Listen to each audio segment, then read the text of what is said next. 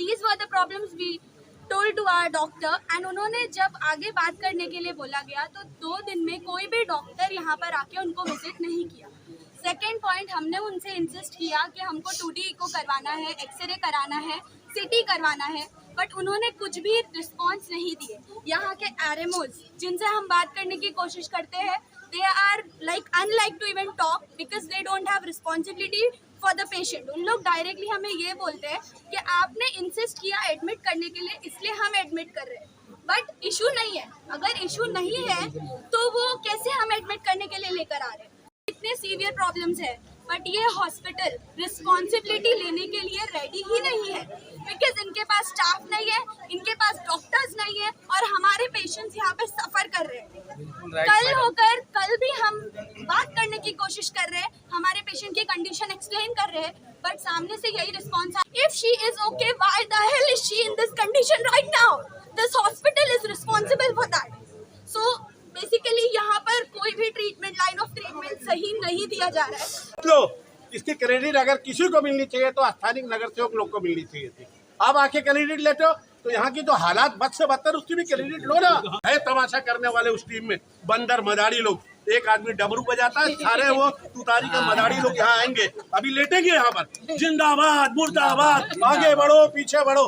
खाली पीछे ही करोगे तुम, शहर को आगे नहीं बढ़ा। आगे अगर कोई बढ़ाएगा तो टीम नजीमुल्ला बढ़ाएगी इंशाल्लाह। आईसीयू के बेड से नॉर्मल जर्नल की क्या हालत है? पेशेंट्स यहाँ से डिस्चार्ज होके जा रहे हैं या वो नॉर्मल वार्ड में शिफ्ट हो रहे हैं और कोई दूसरा पेशेंट एडमिट हो रहा है आईसीयू में, तो वही बेडशीट पे उसको लिटाया जा रहा है। बेडशीट चेंज नहीं की जा रही है, उसी बेडशीट पे दूसरे पेशेंट को लिटाएंगे तो बैक्टीरियल इन्फेक्शन होने के चांसेस हैं। और Covid is coming back again, जो सिचुएशन चल रही है और जो बरसात का टाइम है और इस तरीके के एक ही पेशेंट के बेड पे कई पेशेंट्स एडमिट होंगे आईसीयू में, not acceptable. Bad and the worst condition, not really acceptable. अब ये देखो कब से आगे हैं, मैं स्टाफ नहीं है, इनको उठा के पीछे करना है। अब मैं मेरे रिलेटिव को लेके आऊँगा, तब इनको उठा के हम लोग पीछे करेंगे। डॉक्टर यहाँ पे स्टाफ नहीं है, स्टाफ कहाँ है? देखिए आप कंडीशन देखिए पेशेंट की। इनकी वालिदा 2-3 दिन से एडमिट है, 5 दिन से, और बहुत बुरी कंडीशन। और इनकी पूरी फैमिली डेली आती है, खाला को ऊपर शिफ्ट किया, खाला नीचे आ गई, स्टाफ नहीं है जो इनको फिर से फॉलोअप कर सके। एक बात वो पेशेंट ना वो खुद से नीचे ऊपर हर 5 मिनट में होता है। But there should be somebody, there should be a staff. If she's coming down to pull her up, staff ही नहीं है। अगर आपके पास स्टाफ है तो क्यों इनकी फैमिली को जरूरत पड़ी है कि ये लिफ्ट करें इनको? हमारे ही कर रहे, एक मिनट डॉक्टर, नो, हमारे your staff is not doing it. वो बार-बार नीचे से ऊपर लाने में मेरा बार-बार नीचे हो रही है। हमने जितना भी दौरा किया, उनका प्रॉब्लम नहीं। Your good name, sir?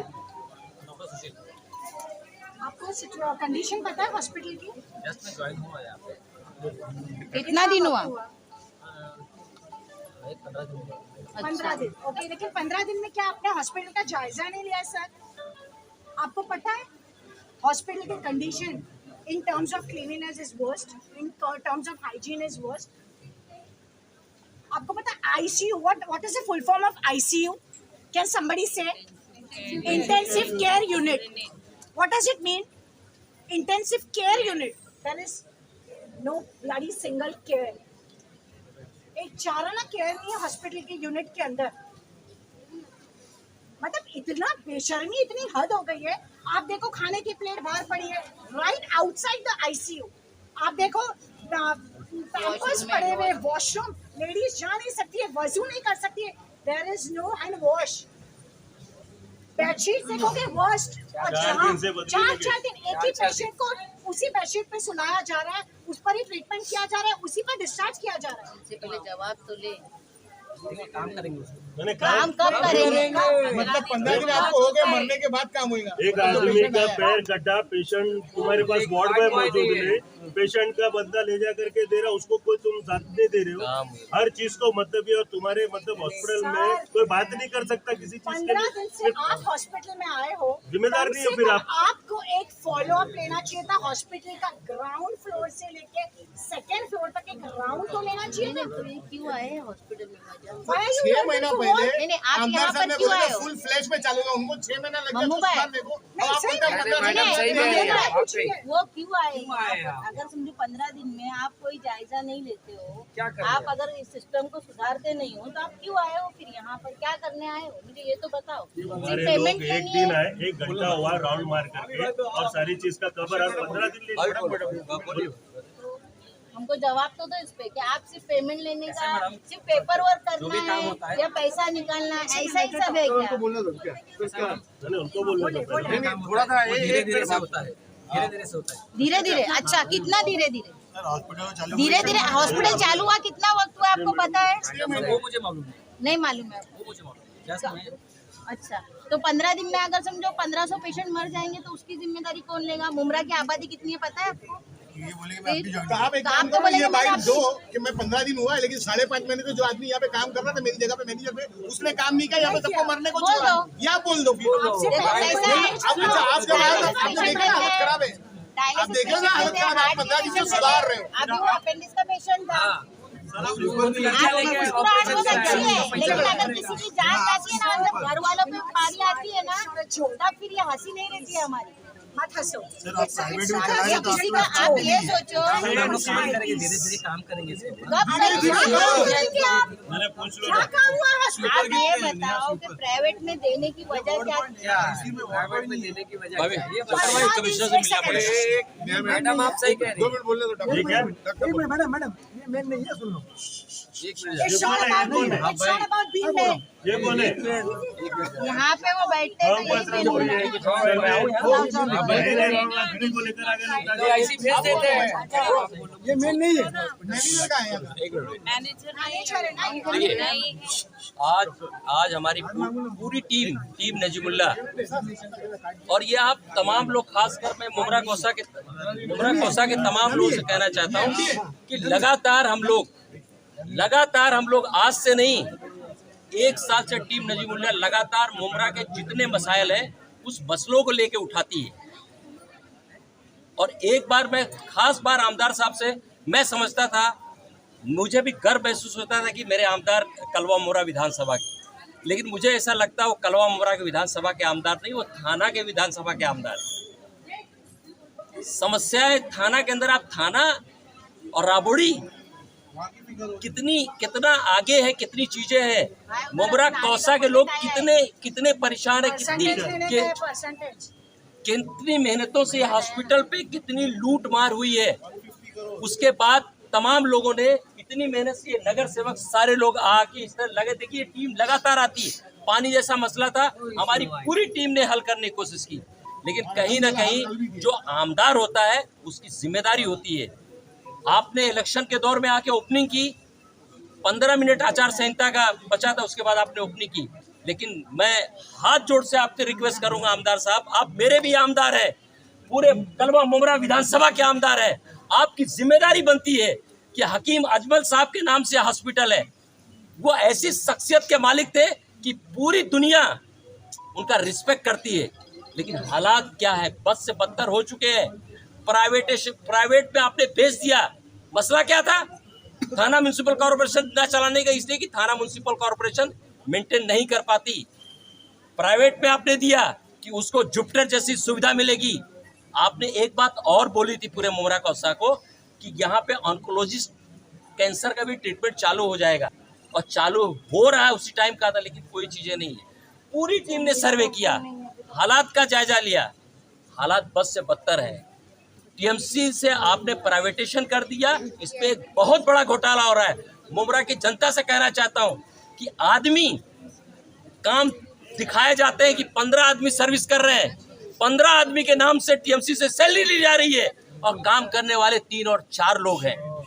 ये सच्चाई है। जिस तरीके से आपने मुमरा को हॉस्पिटल बेचा, आपने जो है, आपने किया, आज जिस तरीके से पूरा मुमरा तबाह था टोरेंट से, लेकिन आज इसकी भी हाथ, लेकिन अब टीम नजीमुल्ला बर्दाश्त नहीं करेगी। एक एक चीज आपको बताएगी काम कैसे करना पड़ता है, और इंशाअल्लाह हमारी पूरी टीम आई हुई है पूरी ताकत के साथ। हम हर चीज के लिए लड़ेंगे।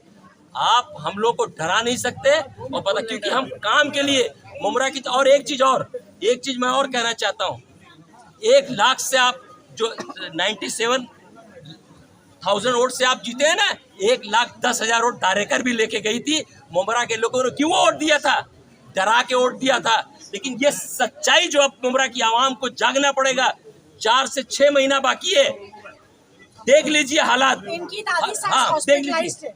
ये बताइए। एक सेकंड, इनकी दादी सास हॉस्पिटलाइज्ड है।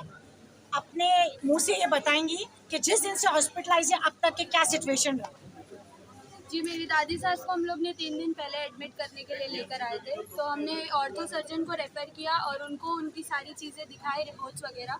तो उन्होंने बताया कि एक्चुअली उनका नी रिप्लेसमेंट हुआ है, तो उसमें उनको प्रॉब्लम था एंड वी डेडिकेटेड कि हमारा ये इशू सॉल्व करना है। तो उन्होंने हमारे दादी को बोला कि एडमिट होना पड़ेगा बिकॉज उनके नी में प्रॉब्लम था। और उन्होंने और 2 डॉक्टर को रेफ़र किए, डॉक्टर ओमकार और डॉक्टर अमित। उनको भी बुलाने के लिए उन्हें बोला गया हार्ट और किडनी इशू के लिए, क्योंकि उनका हिस्ट्री में उनका क्रिएट लेवल हाई था, उनको किडनी के इश्यूज थे, उनको हार्ट प्रॉब्लम्स थे, उनको टैकीकार्डिया का प्रॉब्लम था क्योंकि उनका हार्ट रेट हमेशा हाई रहता था। And these were the problems we told to our doctor. And उन्होंने जब आगे बात करने के लिए बोला गया तो 2 दिन में कोई भी डॉक्टर यहाँ पर आके उनको विजिट नहीं किया। सेकेंड पॉइंट, हमने उनसे इंसिस्ट किया कि हमको 2D इको करवाना है, एक्सरे कराना है, CT करवाना है, बट उन्होंने कुछ भी रिस्पॉन्स नहीं दिए। यहाँ के RMOs जिनसे हम बात करने की कोशिश करते हैं, they are like unlike to even talk because they don't have responsibility for the patient. उन लोग डायरेक्टली हमें ये बोलते हैं कि आपने इंसिस्ट किया एडमिट करने के लिए, इसलिए हम एडमिट कर रहे हैं, बट इशू नहीं है। अगर इशू नहीं है तो वो कैसे हम एडमिट करने के लिए लेकर आ रहे हैं? सेकेंडली, जब हमारा पेशेंट कल एकदम ज़्यादा सीवियर कंडीशन में ड्राउजीनेस में चला गया, तब हमने हॉस्पिटल प्रेमाइसिस में बात की और उनको ICU शिफ्ट किया। उन्होंने तब जाके ऊपर वाले डॉक्टर ने नीचे आके शिकायत किए कि आपको HRCT करना था, उनको ब्रेन हैमरेज हो सकता था, उनको इतने सीवियर प्रॉब्लम्स है। बट ये हॉस्पिटल रिस्पॉन्सिबिलिटी लेने के लिए रेडी ही नहीं है बिकॉज इनके पास स्टाफ नहीं है, इनके पास डॉक्टर्स नहीं है और हमारे पेशेंट्स यहाँ पे सफ़र कर रहे हैं। कल भी हम बात करने की कोशिश कर रहे हैं, हमारे पेशेंट की कंडीशन एक्सप्लेन कर रहे हैं, बट सामने से यही रिस्पॉन्स आ रहा है that she is okay. If she is okay, why the hell is she in this condition right now? This hospital is responsible for that. So basically यहाँ पर कोई भी ट्रीटमेंट, लाइन ऑफ ट्रीटमेंट सही नहीं दिया जा रहा है। कल भी उनका HRCT report is not good and still the doctors are in concern about the patient. Patient की जान से खिलवाड़ हो रहा है यहाँ पर। एक मिनट, ये सिमरन मैडम को हेड है, तो आपको पूछे तो आप बोलते आप हैं। सिमरन मैडम कब से यहाँ पे? आजा बेटा, 4-5 साल से। और आप बोल रहे हैं कि मेरे 15 दिन हुआ तो मैं देख नहीं पाया हूँ यहाँ पे बराबर से, तो वो आपके जो ऊपर थी वो भी नहीं देख पाएंगे 4-5 साल से? 4-5 साल से इसका कोटा आ रहा था 154 करोड़ का, तो वो बराबर सब देख रहे थे। हॉस्पिटल तो 6 महीने पहले फुल फ्लैश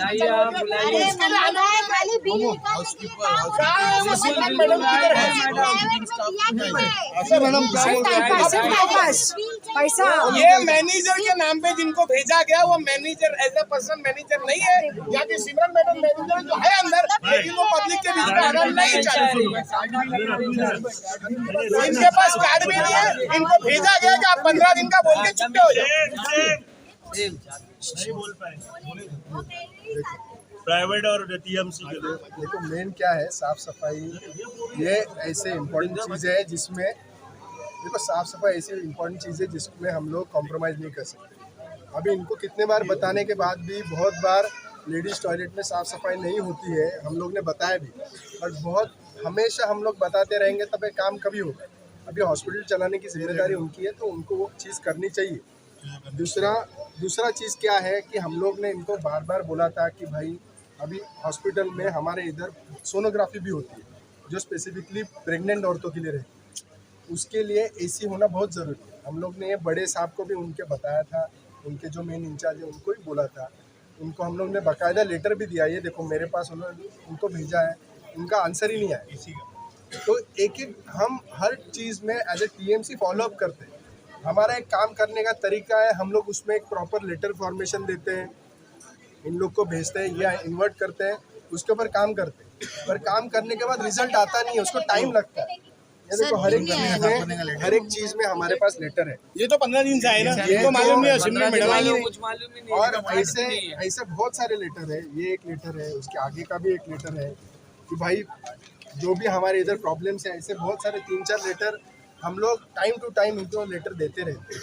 पर सबसे इम्पोर्टेंट है कि पेशेंट केयर तो उनको लेनी है, पर साफ सफाई मतलब हॉस्पिटल टीएमसी को वो बोलिए। ओके, सो प्राइवेट हॉस्पिटल के जो मेन है उनको साफ सफाई का देखने की ज़रूरत है। और ये चीज़ हो जानी चाहिए। हमें बार बार आपको कोई भी आके ये जब चेकिंग करते तब हमारे ऊपर इंजाम नहीं आना चाहिए। क्योंकि लेडीज़ के लिए साफ़ सफाई करने के लिए उन लोग के पास स्टाफ सफिशिएंट होनी चाहिए। आप हॉस्पिटल चला रहे हो, आप कोई एक सेंटर या एक चीज़ नहीं कर रहे, तो they have to answer. Sir आपने कितने स्टाफ को बोले इनको रखना चाहिए हॉस्पिटल में? अभी सर वो प्राइवेट वाले नहीं है तो प्राइवेट वाले बोल पाएंगे। मैं हम लोग का तो ये बोलना है कि मैंने आपके हिसाब से कितना सफिशिएंट होना चाहिए यहाँ पे स्टाफ? पावर ओवरऑल हाँ नहीं आपके हिसाब से, आप KMCL का आपके हिसाब से मैन पावर कितना होना चाहिए? ओवरऑल जितना है कम से कम इससे 2 गुना तो रहना चाहिए। इन लोग के पास शॉर्टेज ऑफ स्टाफ है और ये एक्सेप्ट करते हैं या नहीं एक्सेप्ट यहाँ करते पे एक स्टाफ का नाम 3 जगह पे चढ़ा हुआ, वो जनरल में भी काम कर रहा है, वो ICU में भी काम कर रहा है, वो TMC उसमें भी काम कर रहा है। एक ही आदमी और तीनों जगह से पकड़ ले रहा है। इसके लिए मेरा बोलना है, उसके लिए आप मैनेजमेंट से बात कीजिए, इनकी स्टाफ बढ़ाए। अभी ये सर तो नए आए हैं, जो दूसरे मैनेजमेंट है उनसे बात कीजिए, स्टाफ बढ़ाए और हर एक चीज़ पे, हर एक मुद्दे पे उनसे प्रोग्रेस लीजिए कि 1 हफ्ते में 2 हफ्ते में क्या प्रोग्रेस आता है वो लेंगे, तब हम आप समरीन मैडम को बुलाइए ना, यहाँ पे 4-5 साल बोल सकते हैं। सिमरन मैडम। देखिए, मैं आप तमाम मीडिया के लोगों को एक बात बता देना चाहता हूँ कि कल रात में हम यहाँ पर विजिट पर आए हुए थे। हमारे एक जानने वाले सरफराज भाई है, उनकी वालदा यहाँ पर एडमिट है। पहले भी हम आए पानी के इश्यूज पर, अल्हम्दुलिल्लाह। हाँ, यामीन किधर है? यामीन पानी अभी आ रहा है कि नहीं आ रहा है? पानी की वीडियो हम आपको दे रहे हैं, पानी की वीडियो हम आपको दे रहे हैं। अल्हम्दुलिल्लाह उस दिन से पानी यहाँ चालू हो गया। दूसरी बात यह है कि जब हम रात में यहाँ पर विजिट पर आए तो जो किचन इनका, जो यहाँ पर किचन चलता है, किचन जिस प्लेट में खाना खाते हैं, पेशेंट को खाना दिया जाता है, वो खाने की प्लेट कचरे के डब्बे पर पड़ी हुई थी। मेरे पास वीडियो है, मैं आपको दूंगा। दूसरी बात, ये मेन गेट देख रहे हैं आप, यूपी जब जाएंगे, यूपी के प्लेटफॉर्म पर बाइक चलती है, प्लेटफॉर्म के ऊपर। उनको लगा कि मैं यूपी में हूँ और बाइक वाला यहाँ से बाइक इस मेन गेट से लेकर के सीधा अंदर लेकर के जाता है। उसको लगता है कि यूपी है, जितना भ्रष्टाचार करो कर लो। तीसरी बात, अब जितने भी वॉशरूम में गए, किसी वॉशरूम में नल नहीं था। साफ सफाई के नाम पर इतनी गंदगी है कि मैं आपको बता नहीं सकता। सैनिटाइजर नहीं है, हैंड वॉश नहीं है, बाथरूम का पंखा चालू है। हमने यहाँ पर आकर के पूछा कि रात में कितने लोग हैं स्टाफ के, तो उन्होंने कहा कि 5 लोग हैं। 5 लोग में से 4 लोग यहाँ पर मौजूद थे, एक गैर हाजिर था। तीसरी बात यह है कि हमको ये मालूम पड़ा, अभी कुछ लोगों ने हमको, यहीं के लोगों ने बताया है कि 15 लोगों की सैलरी ली जा रही है और 5 लोग ड्यूटी करते हैं। इस हॉस्पिटल को जब ओपनिंग की गई थी फुल फ्लश में, तो ये कहा गया था कि यह हॉस्पिटल पूरी तरीके से कंप्लीट हो चुका है। 50 लाख का हॉस्पिटल 1.5 करोड़ रुपए में पहुंच गया। मैं आमदार साहब से सिर्फ एक ही बात पूछना चाहता हूँ, आपको कलवा मुमरा के लोगों ने वोट दिया है, आप कलवा मुमरा की फिक्र करते हुए फिक्र करें हॉस्पिटल में क्या करप्शन चल रहा है। मित्तल का रोड जो बना है 50 करोड़ से 150 करोड़ रुपया पहुंच गया। राबोड़ी ना जाए, राबोड़ी के लोग हैं देखने वाले। आप पहले अपने शहर की फिक्र करें, शहर में जो करप्शन हो रहा है टोरेंट के नाम पर। हॉस्पिटल की वो हालत है क्या मैं पहले भी कहा था कि इसमें कुत्ते, मैंने देखा उसका वीडियो में, कुत्ते घूम रहे हैं। जब खाने की प्लेट कचरे के डब्बे में पड़ी हुई है, वही खाने की प्लेट में आप पेशेंट को खाना देते हैं। आपके बाद जो सरफराज भाई की अम्मी है, इनको हॉस्पिटल के ऊपर ICU में शिफ्ट करना था, आदमी नहीं थे, इनके लोग ले जाकर के ऊपर, घर वाले खुद ले जाकर के वहाँ पर उनको एडमिट किए। और जो डॉक्टर वहाँ मौजूद था, डॉक्टर ने ये पूछा कि भाई उसकी रिपोर्ट तो दो, 3 दिन से पेशेंट एडमिट है। उनके पास ऊपर की कोई रिपोर्ट नहीं थी, नीचे क्या डॉक्टर ने उनको जवाब दिया है। मैं बार बार कह रहा हूँ, आमदार साहब आपको ऐसा लगता है कि आपको राबोरी में जाकर के मेहनत करनी है तो एक बार राबोरी से इलेक्शन लड़ो, वहाँ लड़ लो, मुमरा छोड़ दो। हम मुमरा में हैं, मुमरा के लोग सच्चा में। और हमारे मुमरा का एक वसूल था कि कोई भी नगर सेवक किसी भी पार्टी का हो किसी के वार्ड में जाके इंटरफेयर नहीं करता था। अब आप लोग सवाल ये करेंगे, कुछ लोग कह रहे हैं कि नजीब मुल्ला साहब मुमरा आते हैं, अवार्ड साहब मुमरा गए तो बहुत बुरा लगा। मैं आपको बता दूं कि अवार्ड साहब यहाँ के आमदार हैं और नजीब मुल्ला साहब यहाँ पर इलेक्शन लड़े थे आमदार का, और उन्होंने अपने आवाम से एक वादा किया था कि मैं आपको मुमरा कोसा के बहुत सारे काम करूंगा। तो उन्होंने अजीत दादा पवार से बोल करके मुमरा को फंड दिया, जिसका काम मेरे वार्ड में अगर किसी को देखना है, शादी महल हॉल का पीछे का नाला 30 साल से नहीं बना था, वो बन रहा है। राजू अंसारी क्या काम चालू है। आप भी राबोरी में बजट लेकर के जाइए और वहाँ से पहले एक इलेक्शन लड़िए, वहाँ के आवाम से एक वादा करिए कि मैं आपको बजट ला करके दूंगा, आपका काम करूंगा। अगर आप वहाँ के लोगों से, आपको लोगों ने वोट दिया 10,000 20,000, मुमरा कोसा के और कलवा के लोगों ने नजीब मुल्ला को 60,000 वोट दिया, इसलिए उन्होंने जो बजट लाया उसके सर्वे करने के लिए आते हैं, क्योंकि उन्होंने वादा किया था। आप भी राबोरी से इलेक्शन लड़िए, बजट लाइए, घूमिए, वहाँ पर कोई पूछने नहीं आएगा। अरे हॉस्पिटल तो संभलने नहीं जा रहा है, अपना घर संभल नहीं रहा है, दूसरे के घर में झांक रहे हो जाकर, गलत तरीका है। टोरेंट के नाम पर करप्शन, हॉस्पिटल में करप्शन, रोड में करप्शन और झाड़ू खाते में करप्शन। जो हॉस्पिटल में ड्यूटी करते हैं जो हॉस्पिटल में ड्यूटी करते हैं वही क्रिस्टल में भी ड्यूटी करते हैं, यहाँ से भी। और पहली बात मैं आपको ये बता दूं, इस हॉस्पिटल में ड्यूटी करने वाले सबसे ज्यादा किसके लोग लगाए हुए हैं पता कर लो, उन्हीं के लोग हैं। कहाँ से हॉस्पिटल सुधरेगा, हॉस्पिटल का सुधरेगा ना। और ये सुनिए, यहाँ पर ये देख रहे हैं, ये जितने दलाल है ना यहाँ पर, दलाल, ये पोल के दलाल लोग हैं यहाँ पर। मैं नीचे के स्टाफ को कुछ नहीं बोलूंगा, ये तो बेचारे क्या करेंगे, क्या काम करेंगे। थाने महानगर पालिका कमिश्नर साहब के पास ये डेलीगेशन जाएगा। ये हॉस्पिटल का जो हालत बना करके रखा है ना, ये आवाम के पैसे का है। कोई जितेंद्र अवार्ड साहब ने रात से स्टेट से पैसा नहीं लाया था, नगर सेवकों का पैसा है। नगर सेवकों ने मेहनत करके इस आवाम जो टैक्स भरती है, ये उसके पैसे से बना हुआ है। तो क्रेडिट मत लो, इसकी क्रेडिट अगर किसी को मिलनी चाहिए तो स्थानीय नगर सेवक लोग को मिलनी चाहिए थी। आप आके क्रेडिट लेते हो तो यहाँ की तो हालात बद से बदतर, उसकी भी क्रेडिट लो ना, क्यों नहीं लेते आप। ये शहर का हाल है, ये हॉस्पिटल के हालात है, क्या बात करेंगे। कुत्ता दौड़ रहा है, खाने की प्लेट गंदगी में पड़ी, लेटरीन में लेडीज बाथरूम में उसका वॉशरूम का जो पूरा वो भरा हुआ है, लेटरीन में आप जा नहीं सकते। बेड जा करके देखो, बेड की हालत देख लो, चादर की हालत देख लो, किस विषय पे बात करोगे। अभी आएंगे कुछ लोग, है तमाशा करने वाले उस टीम में, बंदर मदारी लोग। एक आदमी डमरू बजाता है, सारे वो तुतारी के मदारी लोग यहाँ आएंगे, अभी लेटेंगे यहाँ पर, जिंदाबाद मुर्दाबाद, आगे बढ़ो पीछे बढ़ो। खाली पीछे ही करोगे तुम, शहर को आगे नहीं बढ़ा। आगे अगर कोई बढ़ाएगा तो टीम नजीमुल्ला बढ़ाएगी और नजीब भाई राबोरी के लिए सक्षम है, तो राबोरी की फिक्र मत करो, मुमरा की फिक्र करो। और अभी नालों पे भी विजिट कर रहे, नालों का टका अभी तक पहुंचा नहीं है, इसीलिए दौरा हो रहा है, कहाँ किधर क्या हो रहा है, ताकि वो लेटरबाजी कर सके और अपना परसेंटेज मांग सके। अस्सलाम वालेकुम, नमस्ते। मुझे आज इस विजिट के दौरान एक चीज़ का जो एहसास हुआ है वो ये है कि हमारी मुमरा की आवाम को जो बेवकूफ़ बनाया जा रहा है, ये डेलीगेशन जाएगा। हाँ, कमिश्नर साहब के पास तो डेलीगेशन लेके जाएंगे ही, इसके अलावा हमारी जनता को भी तो पता चलना चाहिए कि यहाँ पे क्या होता है, क्योंकि वो हमेशा सवाल जो है नगर सेवकों से करते हैं, क्योंकि नगर सेवक जो है लोकल में बेचारे घूमते रहते हैं, हमारे समाज सेवक जो है लोकल में घूमते रहते हैं, उनसे सवालात करते हैं। हमने जब पोल को कॉन्ट्रैक्ट दिया है, जब उसको प्राइवेटाइजेशन में गया है वो हॉस्पिटल, तो ये पानी की जिम्मेदारी किसकी आती है, सफाई की जिम्मेदारी किसकी आती है। ये लोग सिर्फ पेपर पे जो है लिखकर, और जो कितने नाम दिए बोले 15 सफाई के 15 नाम, उसमें से 5 लोगों को यहाँ पे काम कर रहे हैं और 10 लोगों की सैलरी ऐसे ही निकली जा रही है। इसी तरीके से ऐसे भी बहुत सारे जो दवाइयों का मामला होगा, बहुत सारे घोटाले यहाँ पे हो रहे हैं। तो क्या आमदार की जिम्मेदारी नहीं है कि इन घोटालों को रोका जाए। टोरेंट में तो जो होता ही है, लेकिन हॉस्पिटल में, टोरेंट में चलो हमारा जेब खाली हो रहा है, लेकिन यहाँ पे तो हमारी जाने जाने का डर है ना। हमारी जो जाने जा रही है लोगों की, जो लोगों को तकलीफ हो रही है, जैसे अभी एक हमारी बहन ने बताई कि उनके साथ सास के साथ कैसा मतलब बिहेव हुआ और किस कदर उनको जो है क्रिटिकल कंडीशन में पहुंचाया गया, किस तरीके से उनको इतनी तकलीफ दी गई कि उनका ब्रेन हेमरेज तक के होने के हालात पैदा हो गए थे।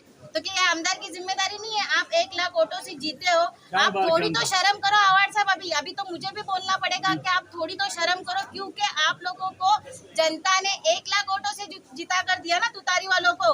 और हमारा नजीब भाई जो नगर सेवक भी नहीं है, तो सोचो आज वो श्रीकांत शिंदे साहब के साथ रहकर और हमारे जो है अजीत दादा पवार साहब के साथ में रहकर कितने सारे फंड ला रहा है, काम कर रहा है, तो आपको तकलीफ क्यों हो रही है? जो आप जाकर राबोड़ी में सर्वे कर रहे हो और आप सिर्फ नालों की विजिट करा रहे हो, जो नाले सफाई हो भी नहीं रही है, लोगों के घर में 4-4, 5-5 फुट पानी भर रहा है। हमने ओपनिंग की थी चरनीपाड़ा के नाले की, वहाँ पर इनके सफाई कर्मचारी ने 2 से 3 डंपर कचरा निकाला। इब्राहिम भाई आप वहीं पे रहते हो, आपने बीच में न्यूज भी लगाई थी, बराबर है। 2 से 3 डंपर निकाले, बाकी का पैसा अभी इनके जेब में जाएगा। इनके जो 4-5 लोग हैं ना जो कचरा उठा के आए दिन कहीं ना कहीं फेंकते रहते, आंदोलन करते रहते, ये उनकी जेब में जाने के लिए या फिर उनके किसी पोस्टर बैनर लगाने के लिए। तो मेरा यही कहना है कि पब्लिक ने अभी भी जागरूक हो और जो है जज्बात में बहकर इसको उसको वोट न दो। काम करने वाले लोगों को चुन के ला, ऐसे लोगों को चुन के लाएंगे तो यही होगा। शुक्रिया।